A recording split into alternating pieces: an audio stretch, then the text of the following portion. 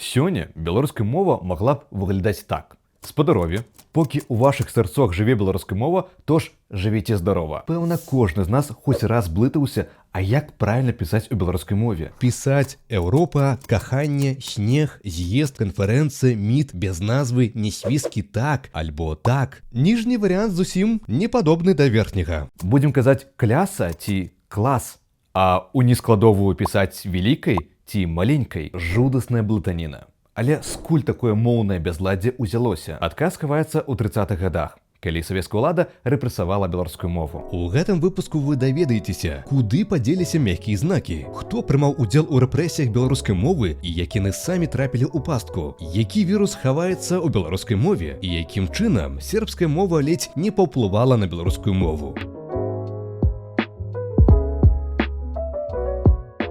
Нацыянальная мова – гэта аснова для існавання нацыі і падмурак для дзяржаўнай незалежнасці. Гэта база, грунт. Акурат таму нашыя нацыянальныя дзеячы, калі абвясцілі аб незалежнасці Беларускай Народнай Рэспублікі ў 1918 годзе, то адным з першых крокаў аб'явілі конкурс па кадыфікацыі беларускай мовы. Была вострая патрэба упарадкаваць нормы мовы, каб усе пісалі аднолькава, бо раней беларускія дзеячы пісалі хто як толькі ўмее. На гэтым пропуску, які дазваляў прайсці на першы ўсебеларускі з'езд, напісана «нехай», а не «няхай», як тое было б правільна. Кожны шкаляр ведае. Такім жа чынам напісана і на транспаранце Великай Беларускай Рады, што гэты з'езд і ініцыявала. А вось у 1846 годзе Вінцэнт Дунін Марцінкевіч выдаў камічную оперу «Сялянка», дзе мы бачым процьму памылак. У слове «беда» напісанне праз «е», «чарада» праз «э», а «будзе» напісана як «будзі». І такіх момантаў было безліч. І не таму, што беларусы раней былі нейкімі непісьменнымі і не ведалі, што, аказваецца, «е» перад націскам пераходзіць у «я». Просто не было агульнай нормы. Як чулі ў сваёй мясцовасці, так і пісалі. І вось, каб развеяць гэтае бязладдзе, Брэслаў Тарашкевіч праставіў беларускую граматыку для школ у тым жа 1918 годзе. Ён дакладна ведаў, што «е» перад націскам пераходзіць у «я». Акурат граматыка Брэслава Тарашкевіча сталася першай жыццяздольнай граматыкай беларускай мовы. І сёння літаратурная беларуская мова існуе на яе грунце, просто мы гэтага не заўважаем. Але не буду ўдавацца ў падрабязнасці, бо гэты выпуск не пра граматыку Тарашкевіча. Але калі вам цікава пабачыць усё ж такі пра гэты выпуск і як карыстацца Тарашкевіцай, то напішыце ў каментарах. А яшчэ, калі вы жадаеце падтрымаць мой канал і выхад новых выпускаў, то далучайцеся да Патрэёну. Мае патроны бачаць выпускі першымі і гэтаксама ўплываюць на выбарку наступных тэмаў. Дзякуючы вам, мой канал і развіваецца. Загадзя дзякую.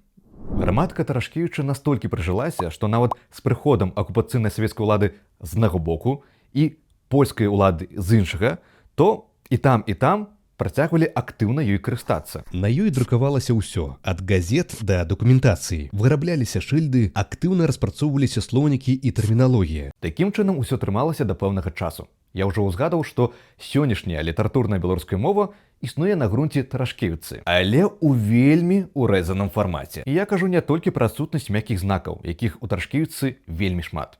Рэч у тым, што на Тарашкевіцы ў савецкай Беларусі ўсё друкавалася, пакуль бальшавікі гулялі ў гэтак званую беларусізацыю. Нібыта беларуская мова падтрымлівалася на ўсіх узроўнях, але ўсё згарнулася к 30-м гадам. На змену беларусізацыі надышлі сталінскія рэпрэсіі. На 6-м з'ездзе камуністычнай партыі бальшавікоў Сталін шчыра прызнаўся: трэба даць нацыянальным культурам развіцца і разгарнуцца, каб выявіць усе свае патэнцыі, каб стварыць умовы для зліцця іх у адну культуру з адной агульнай мовай. А пасля сканчэння Другой сусветнай вайны ён падмаў чарачку за рускі народ.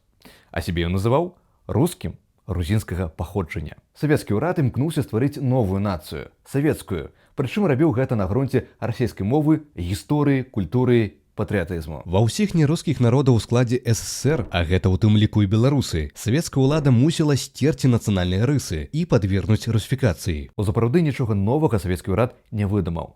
Роўна гэтаксама расійская імперыя асімілёвала народы, і гэтаксама асімілёвае народы Расія і сёння. На шляху да русіфікацыі беларусаў стаяла беларуская мова. Бо як аб'явіць беларуса савецкім чалавекам альбо рускім беларускага паходжання, калі шараговы расеец расійскага паходжання з якой-небудзь там Кастрамы проста не дасць рады, каб зразумець беларуса. Вось прыехаў Фёдор у Менск, а яго тут мінакі упарта клічуць Тодорам ці Хведарам.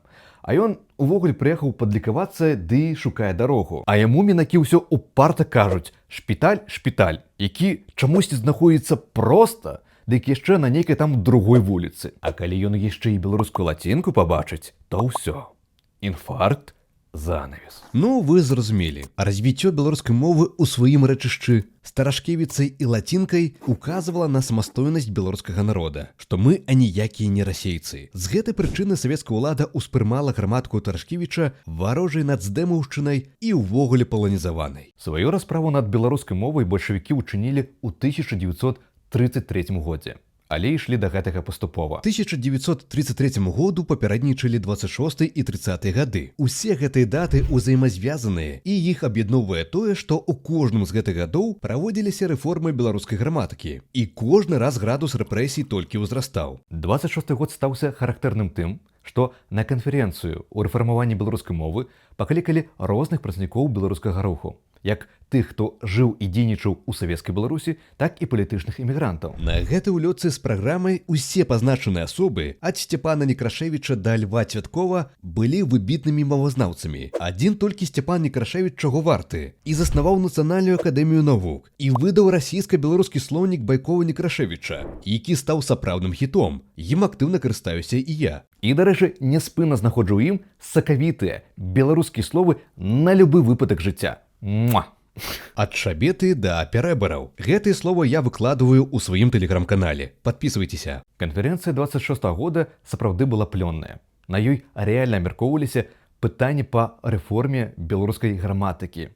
І нават закранулі пытанні лацінкі і кірылічных літар. Вось так магла б выглядаць сёння беларуская мова. Павал Расторгуеў прапанаваў абазначаць гукі «дз» і «дж» сербскімі. Вось так бы выглядалі словы «дзед» і «хаджу». А Ізаблёсік прапанаваў замяніць кірылічную «й» на лацінскую. У знак такой плённай падзеі у горадзе вывесілі некалькі чырвона-белых сцягоў, а на самой канферэнцыі чырвоны сцяг не вывесілі. Паралельна з канферэнцыяй у беларускім драматычным тэатры ладзіліся беларускія пастаноўкі, як, напрыклад, п'еса на купале Міхасі Чарота, дзе ўпершыню згучала знаёмая для нас сёння купалінка у апрацоўцы Владзіміра Тараўскага. Не дзіва, што канферэнцыя выклікала такі вялікі рэзананс. Пад уражаннем Вацлаў Ластовскі нават пераехаў у БСР, ды і ўвогуле заклікаў іншых тое ж самае рабіць. Цалкам чакана сённяшняга пункту гледжання, што вынікі працы канферэнцыі пашлі ў стол. Гэта, вядома, крыўдна, бо шмат высілкаў выкінутыя ў нікуды. І каб захаваць хоць якія вынікі працы, Сцяпан Некрашевіч праз год стварыў правапісную камісію, якая прапрацавала да 29 года і ў 30-м прадставіла праект рэформы беларускага правапісу. Напрыклад, у ім скасоўвалася напісанне асімілятыўнага мяккага знака, як у словах «снег», «з ім»,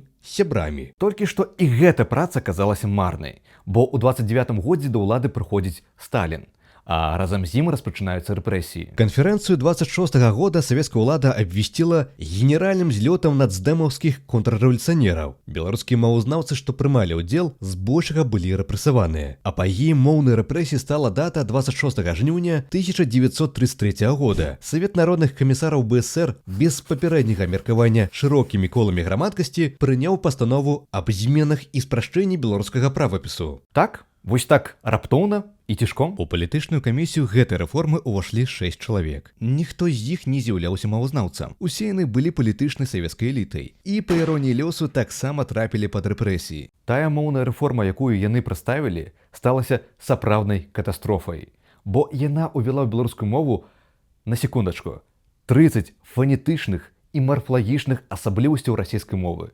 Разам з тым безліч калек і русізмаў. Вось вам трошкі прыкладаў. Велічэзнай колькасцю былі ўведзеныя ўласцівы расійскіх выразаў, якіх ніколі не было ў нашай мове. Напрыклад, ён заслугоўвае ўвагі, замест ён заслугоўвае на ўвагу. Або на самай рэчы, замест у запраўды, ці па ўсіх швах, замест на ўсе застаўкі. Былі ўведзены вялікай колькасцю спецыфічна расійскіх выразаў, якіх у беларускай мове ніколі не існавала. Пагляньце гэты выпуск савецкай газеты «Звезда» за 43 год. Няшчадна знішчайце жывую сілу. Тут мы бачым заклік. У жывой гаворцы сказалі б «знішчайма», а ніжэй «баявы рахунак атрада расце». Наўрад ці ідзе гаворка пра банкаўскі рахунак. Мы б хутчэй сказалі «баявыя заслугі». Ну і так далей. Вось яшчэ некалькі прыкладаў у паслядоўнасці. Русіфікаваны варыянт, як гучыць у самой расійскай і як уласціва беларускай мове. Заслугоўвае ўвагі пастаноўка пытання. Пытанне заслугоўвае на ўвагу. Ты яснасць унясі. Ты выясні, высветлі, у што б там ні стала, за ўсякую цану. Пачала працу па мясцоваму часу, паводле мясцовага часу, па праву ганарыцца, поўным правам ганарыцца. І цікавы па зместу,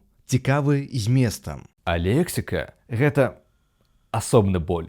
Яна бессаромна, проста бессаромна калькавалася з расійскай мовы.